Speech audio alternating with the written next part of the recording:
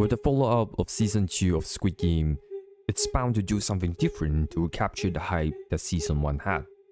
It's obvious one of these changes is the idea of choice. 그럼 지금 당장 투표를 하게 해줘요.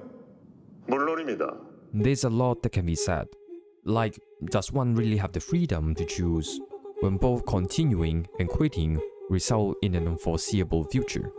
It's an interesting topic, but for this video in particular, I want to take a different turn and talk about choices that have been made outside of the Squid Game.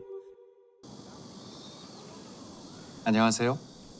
In Season 2, the unknown salesman is given more time to develop as a character. His repeated bizarre actions of asking beggars to choose between bread and a lottery ticket spawn out of nowhere. It's uncertain whether this is an action ordered by the master of Squid Game to demonstrate the point of bread and circuses, or something born out of his spontaneous decision, a chance for him to taste a bit of power. However, what I want to focus on right now is not the salesman directly. I want to shed the spotlight on the salesman's actions after he proudly announces it's the beggar's choice to favor money over food. Because after that, he stabs on the bread frantically and leaves the audience with an unanswered question. Did the beggars pick up those unwanted food and eat them? This is a curious question because of Confucianism. Korea first came into contact with Confucianism as early as 372 AD when it was introduced from China. We can still see the remnant of its cultural impact from the straight social structure. 남수야, 누나라고 해봐. And Confucianism always emphasizes the importance of maintaining virtue and pursuing one's goal righteously during ethical dilemmas, even if it means sacrificing oneself. For example, in the first part of the text, Gao Zi, the philosopher Mencius compares fish and beer paw to life and righteousness respectively. Both are valuable delicacies, but if a choice has to be made, it's obvious we will choose the more valuable one. In this case, the beer paw. In the same text, he also criticizes people who take large sums of money to satisfy their own desire without ever considering propriety or righteousness. It's a fitting critique for Squid Game. But something else caught my eyes in between the argument of beer paw and the large sum of money. In one of the arguments, he says, if food is offered with an insulting voice and has been stomped on, even a starving beggar will not accept it. It goes back to why this scene intrigues me. If the beggars refuse to be ordered like a dog, their role as human can be restored by dignity. This power of shame is what I'm going to talk about. There are quite a few quotes about shame from Confucianism. Shame is a must-have quality for humans. Change can happen through the recognitions of shame, etc., etc. It sounds like some unconscious conventional wisdom. We as humans always make shameful decisions. It's part of our human emotion, and if you are embarrassed by a work performance, it can encourage you to do better next time. But if we put shame under the social context of day-to-day life, it will lose the importance of virtue and righteousness that Confucius always talk about. Take the story of Squid Game as an example. When characters express strong emotion on screen, what do we usually see? Maybe fright, anger, sadness, or regret. But what about shame? You're participating in a children's game that dictates other people's life. You are directly or indirectly murdering others. If you consider yourself a decent human being, a righteous person, then how can you not be ashamed of yourself? This is the type of shame that Confucius was talking about. Having shame is the first step to knowing your conscience, an essential step to being a human.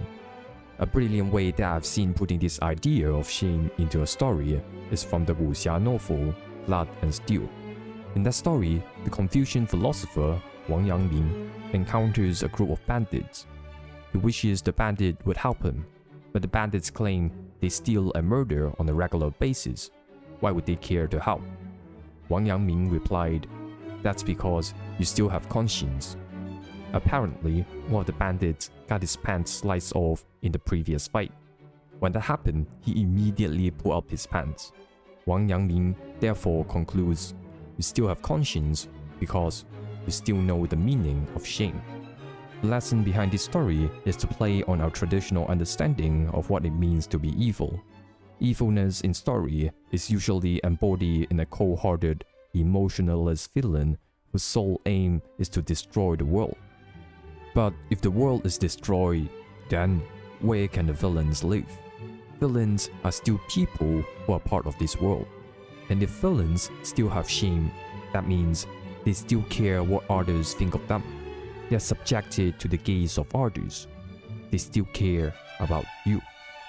It implies having humility to follow social norm is to be human, because a beast doesn't care if it is naked or not. And since we are talking about Confucianism and its impact on Korea, I would therefore like to touch upon the forbidden act of disrespecting parents. Confucius considered disrespecting parents as immoral. His teaching puts parents in such high regard that the son and daughter cannot cut their hair without the permissions of parents. This idea of respect immersed into the daily life of Korean culture. In the 2017 movie, Along with the Gods, it talks about a protagonist who needs to go through 7 houses, each representing different sins. Most of the sins shouldn't sound foreign, like lying, betrayal, violence. But the last sin in the 7th house is being unfilial. Only those who disrespect their parents will suffer in this hell. A fun fact, by the way, the deity who controlled this hell was played by Lee Zhongzi, the main actors of Squid Game. Speaking of Squid Game, why am I telling you all this? Well, it's all related to the Salesman. In season 1, we knew basically nothing of him. So when we finally have more screen time with him, we figured out he really is a scum. He gives a chance for beggars to choose just to play them around like ants. When he forces artists to play Russian roulette, he uses a inert bullet for himself and a real bullet for others. And when he finally confronts our protagonist, Gi-hun, he confesses the ultimate crime of killing his own father, a culturally unacceptable crime. How then the power of shame can help people like this to discover their own conscience? He discovers it at the very end, when he abats Gi-hun to break the game rules and just shoots him. The only consequence for this action is to admit you are nothing but trash. Gi-hun, with his dignity intact, plays by the rules, and he survives. So the gun goes back to the salesman. He, for the first time in the story, becomes the one who chooses instead, losing the godlike power to manipulate lives and become an agent of free will. This time, it's Gi-hun's turn to tell the salesman, the man that doesn't even have a name, the man that doesn't even deserve a name. You can just break the game rules and shoot me instead. But to do that is to admit you are just a dog who wags your tail for your game master. He has been shamed. In this sense, this is the shot for him to regain humanity.